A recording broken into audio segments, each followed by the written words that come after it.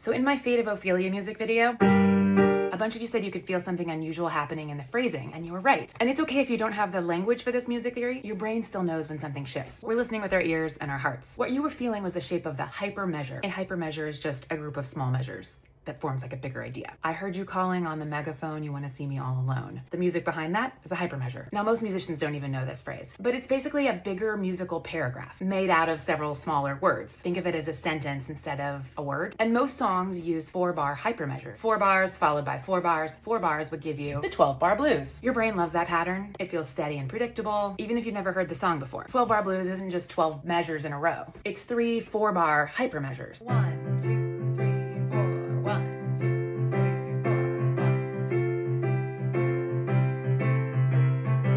That's a hypermeasure in the 12-bar blues. The first one, 4 measures that make up kind of one idea. Each one of these is a sentence, a musical phrase, an idea. Your ear locks into that shape right away, like walking with somebody who matches your stride. Some artists bend that pattern on purpose. Taylor Swift does this in the Fate of Ophelia. She writes in iambic pentameter, literally 5-measure phrases, and stretching that hypermeasure to 5 bars instead of the usual 4 bars. 1 is a direct Shakespeare nod, and 2 makes us feel a little bit unsettled because our ears aren't used to that pattern. Just one more than your brain expects to hear. It's like it creates that gorgeous feeling of emotional spillover. Other artists I would point out like to shrink the hypermeasure. Folsom Prison Blues, Johnny Cash, he doesn't do the 12-bar blues, he does 11-bar blues. When you have 4 bars, 4 bars, and 3 bars, you're suddenly jerked ahead into the next verse when you were expecting to have a little bit more of a break. It's a little uneasy also, in a different kind of way though. It makes the song feel kind of restless. So yeah, when you change the size of that hypermeasure, whether you stretch it or you cut it short, you change how the listener feels the song, even if they don't know why. Which songs do you feel a little uneasy listening to? Do you think they stretch a little too long and a little too soon and an a chord that's unusual? Drop them in the comments.